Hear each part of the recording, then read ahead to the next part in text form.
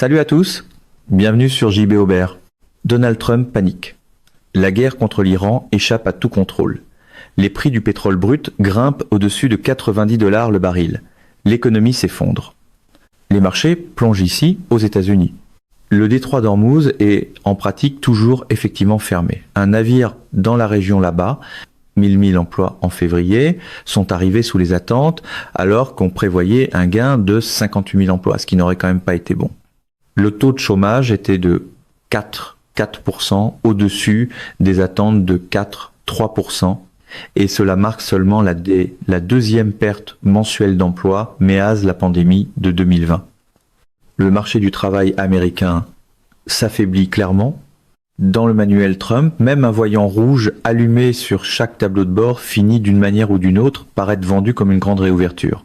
Ce qui compte ici, c'est une catégorie précise de récits de reddition de comptes politiques qui évoluent simultanément sur deux voies distinctes, la voie médicale et la voie juridique. La convergence de ces deux voies, dans la situation d'une seule figure publique, produit un portrait de reddition de comptes plus lourd de conséquences que ce que chacune de ces voies produirait séparément.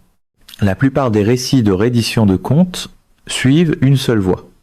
La voie juridique produit des constats, des condamnations, des peines, une exposition continue à de futures poursuites, ainsi que le dossier institutionnel documenté de ce que les tribunaux ont déterminé au sujet de ce qu'une personne précise a fait et des conséquences que ces déterminations entraînent.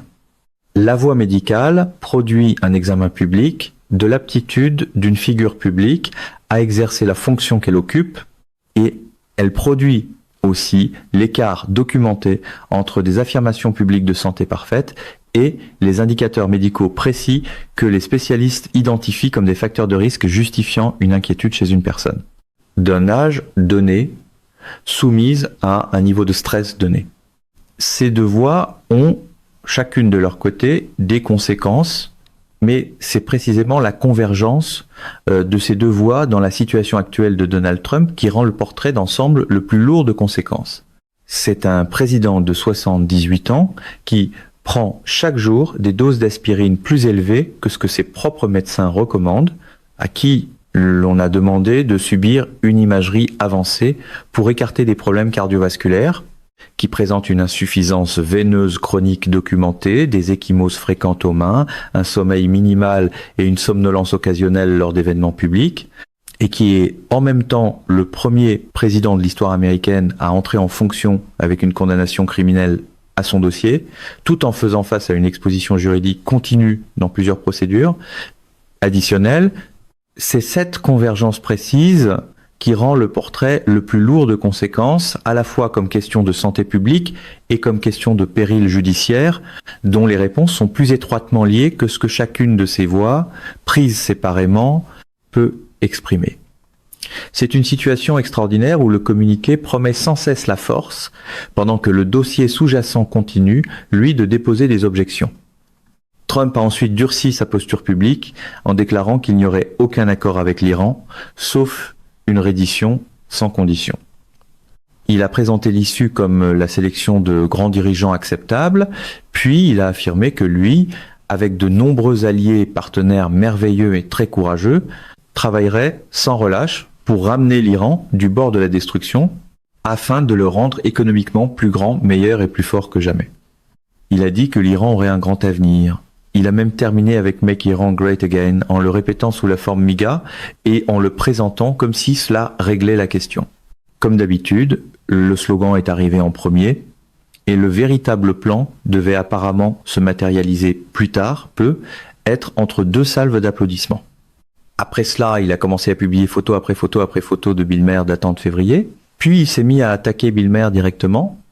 Il a publié 8 messages d'affilée contre Bill Maher alors que les États-Unis sont en guerre. C'est un comportement très bizarre et dérangé. Ensuite, il a appelé CNN, même s'il attaque CNN tout le temps. Il a appelé Dana Bash et selon son récit de cet appel, il a évalué la guerre contre l'Iran à 12 ou même 15 sur 10. Il a dit que les États-Unis s'en sortaient très bien militairement, mieux que quiconque n'aurait jamais pu l'imaginer. Il a aussi dit que Cuba allait tomber assez bientôt et qu'il allait mettre Marco. Rien ne dit mieux leadership de guerre stable que de transformer une crise géopolitique en spectacle de variété en majuscule. En même temps, Trump a été reconnu coupable à New York de 34 chefs d'accusation criminels pour falsification de documents commerciaux dans l'affaire des paiements de silence, et il a reçu une libération inconditionnelle, pas de prison, pas d'amende, pas de probation. Cela a fait de lui le premier président à entrer en fonction avec un casier criminel, mais sans incarcération. Le juge Juan Merchan et des analystes externes ont été clairs. La libération inconditionnelle n'efface pas la condamnation. Cela signifie simplement que Trump a évité la prison dans cette affaire précise, tandis que la condamnation criminelle demeure intacte et que l'exposition juridique continue dans d'autres enquêtes reste entièrement non résolue. Selon l'évolution des décisions sur l'immunité et des poursuites futures dans les procédures qui sont toujours actives. Dans l'univers Trump, pas de peine aujourd'hui est présenté comme aucune reddition de compte, jamais, ce qui est une traduction très pratique, mais pas une traduction juridique. Trump écarte tout cela du revers de la main. Il affirme publiquement que sa santé est parfaite, se vante d'avoir réussi des tests cognitifs à 3 reprises, attribue son état de très bon gène et présente les enquêtes en cours et les procédures de reddition de compte comme une chasse aux sorcières destinée à détourner l'attention de son bilan plutôt que comme une situation juridique documentée ayant des conséquences précises et continues pour un président en exercice qui est aussi un criminel condamné. L'écart entre l'affirmation publique selon laquelle sa santé est parfaite et les indicateurs médicaux précis et documentés que des spécialistes externes identifient comme des facteurs de risque cardiovasculaire chez une personne de près de 80 ans soumise à un stress extrême est du même ordre. Que l'écart entre le récit public et le dossier documenté, que l'histoire de la reddition de comptes juridiques a mis en lumière tout au long des procédures judiciaires. Le schéma familier, c'est que l'image de marque reste impeccable pendant que la paperasse continue d'arriver couverte de détails gênants. Dans le contexte médical comme dans le contexte juridique, cet écart n'est pas une question d'interprétation politique. Il s'agit de faits précis et documentés qui contredisent directement la caractérisation publique officielle de ce que ces faits signifient. La convergence des deux voies, les signaux d'alarme médicaux et le casier criminel entrent en collision dans la situation précise d'un président en exercice dont l'âge. Les indicateurs de santé documentés et l'exposition juridique continue créent simultanément les conditions d'une future intersection entre santé et emprisonnement qu'aucune de ces voies ne produirait seule, constitue le portrait précis de reddition de comptes que cette analyse documente dans le format du dossier public permanent que les preuves documentées ont déjà créé. Je dois aussi répondre directement à la mise en scène virale, parce qu'il existe une version de cette histoire qui circule dans les coins les plus dramatiques des médias politiques, selon laquelle Trump serait au bord d'un effondrement de santé précis et imminent, un événement médical spectaculaire unique qui serait sur le point de se produire selon un calendrier précis, combiné à une peine de prison imminente qui serait sur le point d'être imposée dans une procédure précise à quelques jours de son issue. Ce cadrage n'est pas ce qu'établit réellement le dossier documenté. Et il n'en a pas besoin parce que la réalité de ce que montrent réellement les indicateurs médicaux et le dossier juridique est plus importante sur le plan institutionnel que la version fictive d'un moment unique. Les médias pro-Trump préfèrent l'opéra, mais la véritable histoire se trouve dans le registre. Et le registre est rarement flatteur. Ce que le dossier documenté établit réellement, c'est un président en exercice dont les indicateurs de santé précis et documentés créent un portrait de risque cardiovasculaire que des spécialistes externes jugent suffisamment préoccupant chez une personne de son âge soumise à sa charge de stress particulière, combinée à une condamnation criminelle qui figure au dossier permanent d'une procédure complétée à New York et à une exposition juridique continue dans des enquêtes additionnelles. Cela signifie que la libération inconditionnelle dans l'affaire des paiements de silence n'est pas la fin de l'histoire du péril judiciaire, mais la résolution précise d'un dossier au sein d'un registre plus vaste de reddition de comptes, dont les autres dimensions continuent d'évoluer. La version fictive est celle d'un moment dramatique unique qui serait sur le point de se produire. La version réelle est une convergence documentée de facteurs de risques médicaux et de périls judiciaires qui est déjà présente dans le dossier permanent et dont l'intersection future la plus lourde de conséquences, la question de savoir si un président de près de 80 ans avec des problèmes de santé documentés pourrait faire face à une incarcération, si de futures poursuites aboutissent, est la question vivante, à très haut enjeu, qu'aucune de ces deux voies ne peut résoudre isolément.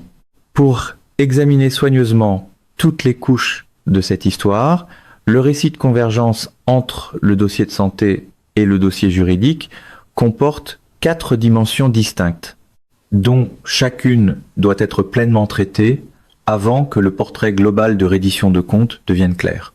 Les 4 dimensions sont les suivantes. Ce que les indicateurs médicaux précis et documentés établissent quant au portrait de risque cardiovasculaire que les spécialistes externes identifient. Ce que l'écart entre l'affirmation publique selon laquelle ma santé est parfaite et le dossier médical documenté établi quant à la même dynamique de crédibilité à l'œuvre dans le domaine de la santé, déjà documenté dans le domaine juridique. Ce que la libération inconditionnelle et la condamnation criminelle inscrite au dossier permanent établissent comme base juridique sur laquelle vient se greffer l'exposition continue dans d'autres enquêtes. Et ce que l'intersection future entre le dossier de santé et la question d'une éventuelle incarcération établit comme scénario précis, actuel et à très haut enjeu, vers lequel pointe la convergence de ces deux voies. Le meilleur point de départ, ce sont les indicateurs médicaux précis et documentés, parce que la base factuelle de la voie médicale est l'élément que l'affirmation publique selon laquelle sa santé est parfaitement obscurcie le plus directement. L'usage quotidien d'aspirine à des doses supérieures à celles recommandées est le comportement médical autodéclaré précis qui établit le plus directement l'écart entre l'affirmation publique sur la santé et la pratique.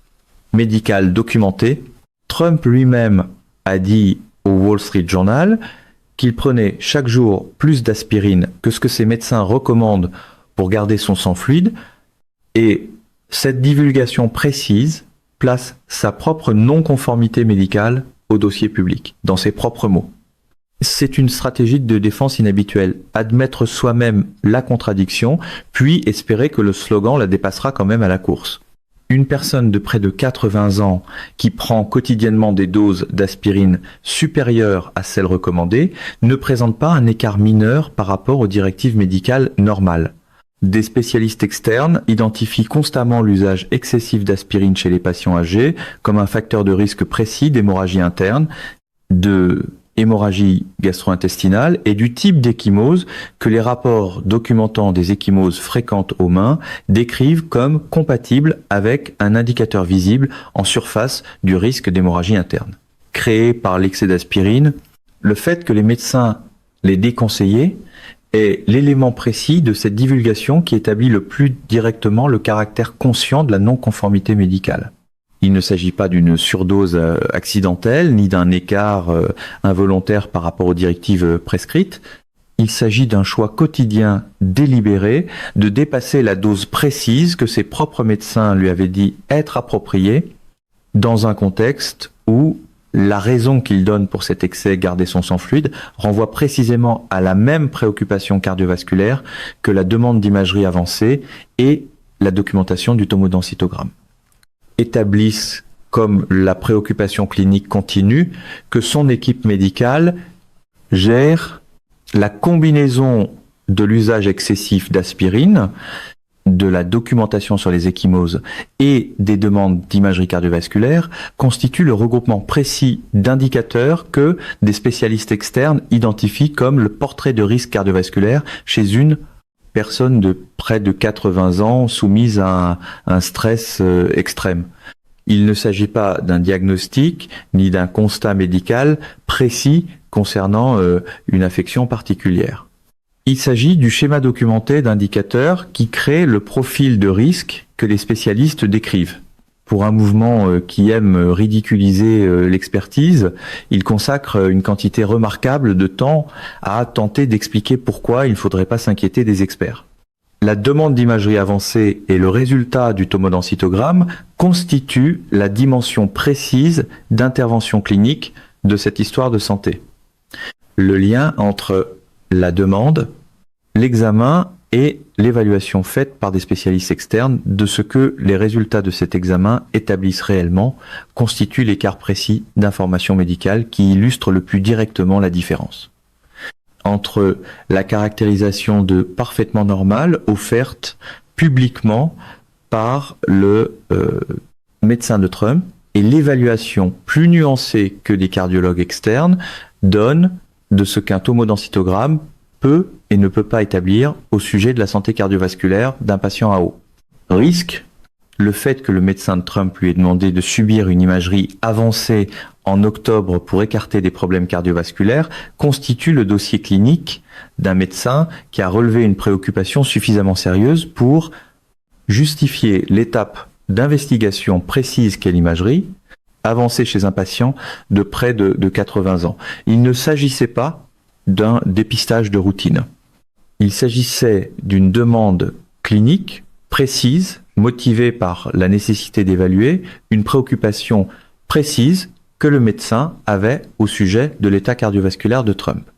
Le tomodensitogramme que Trump a finalement subi et que son médecin a qualifié de parfaitement normal constitue l'intervention précise qui a produit l'affirmation publique d'une autorisation médicale sans tâche, mais des cardiologues externes qui évaluent la même information notent que ce type d'examen affine le risque plutôt que de garantir la sécurité. Cela signifie qu'un résultat de tomodensitogramme qualifié de normal chez un patient à haut risque établit que certains constats préoccupants précis n'étaient pas présents sur cet examen précis, ce jour-là précis, plutôt que d'établir un véritable certificat de parfaite santé cardiovasculaire éliminant le risque continu que l'imagerie avait été demandée pour évaluer. Autrement dit, le dossier médical n'a pas dit invincible. Il a simplement dit que l'équipe de vente a entendu ce qu'elle voulait entendre. L'écart entre la caractérisation de parfaitement normal et la caractérisation d'affinement du risque constitue la différence précise d'information médicale qui illustre le plus directement la dynamique que la voie médicale. De cette histoire documente des affirmations publiques de résultats rassurants dans un contexte où le portrait clinique documenté est plus complexe que ce que l'affirmation publique laisse entendre. La documentation sur l'insuffisance veineuse chronique, le sommeil minimal et la somnolence publique constituent les indicateurs systémiques de santé qui établissent le plus directement la charge continue de stress physiologique dans laquelle s'inscrivent les facteurs de risque.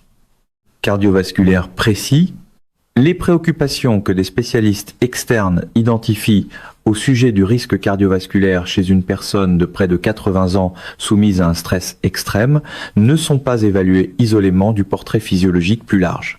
Elles sont évaluées dans le contexte précis d'une personne dont les indicateurs de santé documentés à travers plusieurs systèmes créent le profil de risque cumulatif que les spécialistes évaluent.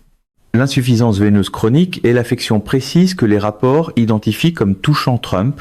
Elle implique une accumulation de sang dans les jambes et l'efficacité circulatoire réduite que cette affection produit chez une personne dont le système cardiovasculaire fait déjà l'objet de la surveillance établie par la demande d'imagerie avancée. La combinaison de l'insuffisance veineuse, du sommeil minimal et de la somnolence occasionnelle lors d'événements publics documentés par des observateurs crée le portrait précis de stress physiologique dans lequel l'usage excessif d'aspirine, les ecchymoses et les demandes d'imagerie cardiovasculaire préoccupent le plus les spécialistes qui évaluent l'ensemble des indicateurs. La dimension du sommeil minimal est le facteur de mode de vie précis que des spécialistes externes identifient constamment comme l'un des facteurs de risque modifiables les plus importants d'événements cardiovasculaires chez les patients âgés.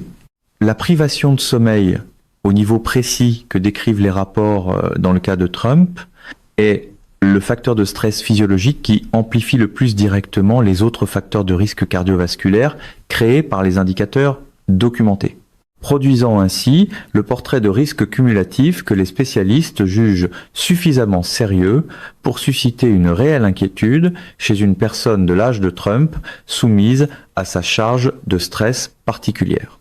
La machine à images continue de vendre une force inépuisable pendant que les faits autour d'elle laissent entendre que même la mécanique tourne en surchauffe. La libération inconditionnelle dans l'affaire des paiements de silence est l'issue juridique précise qui établit le plus directement la base actuelle de la voie juridique. Son importance comme base tient au fait qu'elle confirme la condamnation criminelle tout en supprimant la conséquence immédiate de l'incarcération, créant ainsi le statut juridique précis d'un criminel condamné qui exerce la présidence sans avoir purgé de peine. C'est la situation sans précédent que la voie juridique documente comme fondement sur lequel repose l'exposition continue dans d'autres enquêtes. Une libération inconditionnelle n'est pas un acquittement, ce n'est pas une radiation du dossier. Ce n'est pas une conclusion selon laquelle les actes pour lesquels le jury a condamné Trump n'étaient pas criminels. C'est l'issue de détermination de la peine précise qui confirme la condamnation et établit que les circonstances de l'affaire ne justifient aucune autre sanction au-delà de la condamnation elle-même. Les 34 chefs d'accusation criminels pour falsification de documents commerciaux demeurent inscrits au dossier permanent de la procédure new-yorkaise, comme la détermination du jury quant à la nature de la conduite de Trump. Le fait que le juge Merchan et des analystes externes aient clairement indiqué que la libération n'efface pas la condamnation constitue le dossier judiciaire et analytique précis de ce que signifie réellement une libération. Inconditionnel dans le contexte du statut juridique d'un président.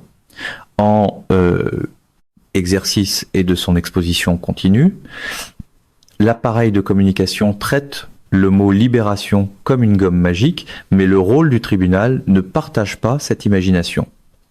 La dimension du premier président avec un casier criminel, créé par l'issue de la libération inconditionnelle, constitue le statut juridique historiquement sans précédent qu'a produit la condamnation dans l'affaire des paiements de silence. Le caractère sans précédent de ce statut est l'élément précis qui rend l'exposition continue dans d'autres enquêtes particulièrement lourdes de conséquences parce qu'il n'existe aucun précédent établi pour évaluer ce que signifie la convergence entre la condamnation criminelle d'un président en exercice, son exposition juridique continue et de potentielles poursuites futures pour l'intersection précise entre santé et emprisonnement vers laquelle convergent ces deux voies. L'exposition juridique continue dans d'autres enquêtes constitue la dimension prospective de péril judiciaire qui établit le plus directement pourquoi la libération inconditionnelle dans l'affaire des paiements de silence n'est pas la fin de l'histoire de la voie juridique. Il s'agit de la résolution précise d'une procédure au sein d'un registre plus large de reddition de comptes, dont les autres dimensions continuent d'évoluer de manière à maintenir vivante la question d'une future incarcération. Les décisions sur l'immunité et les résultats de poursuites futures dans les procédures qui sont toujours actives sont les développements juridiques précis qui détermineront si l'issue de libération inconditionnelle dans l'affaire des paiements de silence représente le point culminant du péril judiciaire de Trump ou la base précise à partir de laquelle d'autres condamnations et d'autres peines pourraient être construites dans de futures procédures, ou des juges appelés à décider s'il faut imposer l'incarcération, examinent un accusé qui est déjà un criminel condamné, qui a déjà démontré le schéma de mépris et de non-conformité aux ordonnances judiciaires établi par les constats d'outrage du juge Merchan et la documentation sur les avertissements de détention, et qui est maintenant un président en exercice, dont la position institutionnelle crée les circonstances extraordinaires, précises, qui rendent la question de l'incarcération particulièrement délicate, à la fois en droit et sur le plan des conséquences politiques. C'est ce qui rend le message si révélateur. Chaque dossier non réglé est raconté comme une victoire, simplement parce que le chapitre suivant n'a pas encore été déposé. La dimension de toute affaire future est le scénario juridique précis que la note de recherche identifie comme la question vivante à très haut enjeu. Une situation dans laquelle un juge appelé à décider s'il doit imposer l'incarcération à un criminel condamné qui vient d'être condamné de nouveau évalue simultanément les circonstances extraordinaires de la détermination de la peine d'un président en exercice de près de 80 ans, dont les indicateurs de santé documentés créent le portrait de risque précis que des spécialistes externes ont identifié. Les affirmations publiques selon lesquelles ma santé est parfaite et selon lesquelles de très bons gènes expliquent tout constitue la version. Du côté de la santé, de la même dynamique de crédibilité que la voie juridique documente tout au long des procédures judiciaires. La nature précise de l'écart entre l'affirmation publique et les indicateurs médicaux documentés est l'illustration la plus directe de la raison pour laquelle la voie médicale et la voie juridique convergent avec le plus de force dans le contexte précis d'une figure publique dont le rapport fait documenter concernant sa propre situation s'est constamment caractérisé par le même schéma de déni public catégorique face à des contradictions documentées précises que les tribunaux, en évaluant son témoignage sous serment, ont identifié comme le problème fondamental de crédibilité dans l'ensemble du dossier de reddition de comptes juridiques. L'affirmation selon laquelle ma santé est parfaite fonctionne comme l'équivalent médical de déni public catégorique du type jamais dans l'avion d'Epstein. La fraude m'a blanchi et le témoignage était complètement exact. C'est le type de déni public catégorique que le dossier documenté contredit le plus directement, de la manière précise, qui rend l'écart de crédibilité le plus visible pour le public appelé à évaluer ce qu'établissent réellement les affirmations officielles et les preuves documentées lorsqu'on les place côte à côte dans le même cadre de reddition de comptes. L'explication attribuant son état de santé à de très bons gènes est l'explication publique précise qui illustre le plus directement cet écart. Attribuer un résultat de santé rassurant à la génétique dans le contexte précis d'indicateurs médicaux documentés que des spécialistes externes identifient comme des facteurs de risque constitue la version du côté de la santé de l'explication attribuant les constats judiciaires à des ennemis politiques que la voie juridique a avancé face aux conclusions documentées des tribunaux. Dans les deux cas, le dossier documenté précis d'indicateurs préoccupants est transformé en récit de persécution et d'examen injuste que la documentation elle-même vient le plus directement contredire. C'est toujours la même chorégraphie, nier, marquer, accuser, répéter et espérer que le public confonde répétition et preuve. Cela ramène tout aux 4 points qui comptent le plus, parce que la convergence de la voie médicale et de la voie juridique dans la situation actuelle de Trump constitue le portrait précis de reddition de comptes qui est le plus lourd de conséquences comme histoire vivante en cours, plutôt que comme détermination historique déjà réglée. L'usage excessif d'aspirine et la documentation sur les ecchymoses établissent la dimension de non-conformité médicale autodéclarée, ainsi que l'écart entre l'affirmation publique sur la santé et la pratique. Documentée. La demande d'imagerie avancée et le résultat du tomodensitogramme établissent la dimension d'intervention clinique ainsi que l'écart entre la caractérisation publique de parfaitement normal et l'évaluation spécialisée. D'affinement du risque, la documentation sur l'insuffisance veineuse chronique et le sommeil minimal établit les indicateurs systémiques de santé qui créent le portrait de risque cumulatif. La libération inconditionnelle établit la base juridique d'une condamnation criminelle sans précédent, sans incarcération. L'exposition juridique continue dans d'autres enquêtes établit la dimension prospective de péril qui maintient vivante la question d'une future incarcération et les affirmations publiques selon lesquelles ma santé est parfaite et selon lesquelles de très bons gènes expliquent la situation établissent la version du côté de la santé de l'écart de crédibilité que la voie juridique documente déjà. Le premier point est que l'écart entre l'affirmation publique selon laquelle ma santé est parfaite et les indicateurs médicaux précis et documentés constitue l'illustration la plus directe de la dynamique de crédibilité qui opère de façon identique dans les volets santé et juridique de cette histoire. Dans les deux contextes, l'affirmation publique est catégorique et sans nuance. Dans les deux contextes, le dossier documenté contient des indicateurs précis que des spécialistes externes et des tribunaux identifient comme directement incompatibles avec cette affirmation catégorique, d'une manière que l'affirmation elle-même ne peut pas intégrer sans reconnaître les contradictions documentées précises que contient le dossier. Une personne dont les propres médecins ont demandé une imagerie avancée pour écarter des problèmes cardiovasculaires, qui prend des doses d'aspirine plus élevées que celles recommandées par ses médecins, qui présente une insuffisance veineuse chronique documentée, ainsi que des ecchymoses fréquentes et un sommeil minimal, ne peut pas caractériser avec exactitude sa santé comme parfaite dans aucun sens clinique que soutient la terminologie médicale. L'écart entre l'affirmation de santé parfaite et le portrait clinique documenté constitue le problème précis de crédibilité qui place la voie médicale dans le même cadre analytique que l'écart documenté par la voie juridique.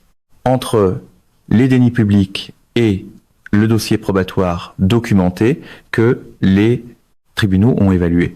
Le slogan promet une certitude de super-héros, la preuve, elle, continue de renvoyer une version beaucoup moins cinématographique.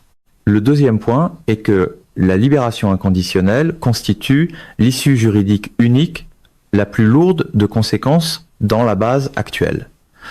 Parce qu'elle établit le statut sans précédent précis d'un criminel condamné qui exerce la présidence sans avoir purgé de peine. Cela rend chaque développement juridique subséquent dans les procédures en cours importants comme ajout à un dossier qui a déjà franchi le seuil précis qu'aucun président précédent n'avait jamais franchi. Les 34 chefs d'accusation criminelle figurent au dossier permanent. La libération inconditionnelle est l'issue précise de détermination de la peine qui a confirmé la condamnation sans imposer d'incarcération. Dans toute procédure future où un tribunal évaluera s'il faut imposer une peine à un accusé qui est déjà un criminel condamné, cette question sera examinée dans le contexte précis d'un accusé dont la condamnation antérieure fait maintenant partie du dossier que le juge de la peine prendra en compte pour décider si le schéma cumulatif de conduite justifie la probette. Conséquence d'incarcération que le juge de l'affaire des paiements de silence a jugé non justifié dans ce dossier précis. Le précédent qu'établit la libération inconditionnelle n'est pas une garantie de clémence future. C'est une issue de détermination de la peine précise, dans un dossier précis, que les tribunaux futurs évalueront à la lumière du dossier complet que les procédures en cours continuent de construire. Le troisième point est que les voies médicales et juridiques convergent avec le plus de force dans le scénario futur précis où un criminel condamné de près de 80 ans présentant le profil de risque de santé documenté qu'ont identifié des spécialistes externes, fait face à une décision sur la peine dans une future procédure où le juge doit évaluer s'il convient d'imposer l'incarcération à un accusé dont l'âge, l'état de santé et la position institutionnelle sans précédent créent les circonstances extraordinaires précises qui rendent la question de l'incarcération particulièrement délicate à la fois sur le plan juridique et politique, un juge appelé à condamner un président en exercice ou un ancien président qui est aussi un criminel condamné qui présente le profil de risque de santé documenté établi par les indicateurs médicaux, qui a démontré le schéma de mépris et de non-conformité documenté par les constats d'outrage du juge Merchant et qui est âgé de près de 80 ans, avec le portrait précis de risques physiologiques identifiés par des spécialistes externes, prendrait alors la décision sur la peine la plus extraordinaire de l'histoire du droit américain. À ce moment-là, la voie médicale et la voie juridique ne seraient plus deux récits parallèles. Elles deviendraient des éléments convergents d'une seule décision judiciaire dont l'issue ne peut être prédite par aucune de ces deux voies prises isolément. Voilà où finit le message présidentiel, quelque part entre le théâtre de campagne et l'étude de cas sur la résistance des institutions. Le quatrième point est le portrait complet. La convergence des signaux d'alarme liés à la santé et du casier criminel, dans la situation précise d'un président en exercice de près de 80 ans soumis à un stress juridique et politique extrême, constitue le portrait précis de reddition de comptes le plus lourd de conséquences comme histoire vivante en cours. Parce que les deux voies continuent d'évoluer simultanément. L'intersection future la plus importante entre les deux, soit la question de la peine dans toute poursuite future couronnée de succès, est une question à laquelle aucune de ces voies ne peut répondre isolément de ce que l'autre voie a documenté au sujet de la même personne pendant la même période. L'exposition juridique continue, dans les enquêtes actives, va continuer de produire des développements qui s'ajoutent à la base criminelle établie par la condamnation dans l'affaire des paiements de silence. Les indicateurs de santé que des spécialistes externes surveillent vont continuer d'être évalués par rapport à l'affirmation publique selon laquelle sa santé est parfaite, dans le contexte d'un président de près de 80 ans, soumis à une charge de stress que les spécialistes identifient comme l'un des facteurs de risque modifiables les plus importants pour les préoccupations cardiovasculaires. Précise que soulèvent les indicateurs documentés. L'intersection future précise entre les deux voies la question de savoir si un juge appelé à condamner un criminel condamné présentant le profil de santé et la position institutionnelle de Trump imposerait l'incarcération et la décision vivante à très haut enjeu qui fait de la convergence de ces deux voies, le portrait unique de reddition de comptes, le plus lourd de conséquences dans le dossier documenté actuel de tout ce que les indicateurs médicaux et les procédures judiciaires établissent simultanément au sujet de la même personne, au même moment. Les questions de santé sont documentées, la condamnation criminelle figure au dossier permanent, l'exposition continue est bien réelle, et l'intersection de ces deux voies, dans le scénario futur le plus lourd de conséquences possibles, n'est plus une hypothèse construite à partir de spéculations politiques, mais une possibilité précise et documentée, entièrement fondée sur ce que les indicateurs médicaux et le dossier judiciaire ont déjà établi dans le registre permanent de reddition de comptes, que ces deux voies continuent de bâtir simultanément. Malgré tout, le vacarme sait peu être le fait le plus révélateur de tous. Le spectacle continue d'improviser, mais le dossier, lui, n'oublie rien. Mesdames et messieurs, notre émission d'aujourd'hui s'arrête ici. Nous vous invitons à partager votre avis personnel dans la section des commentaires ci-dessous. JB Aubert vous salue et vous donne rendez-vous très bientôt.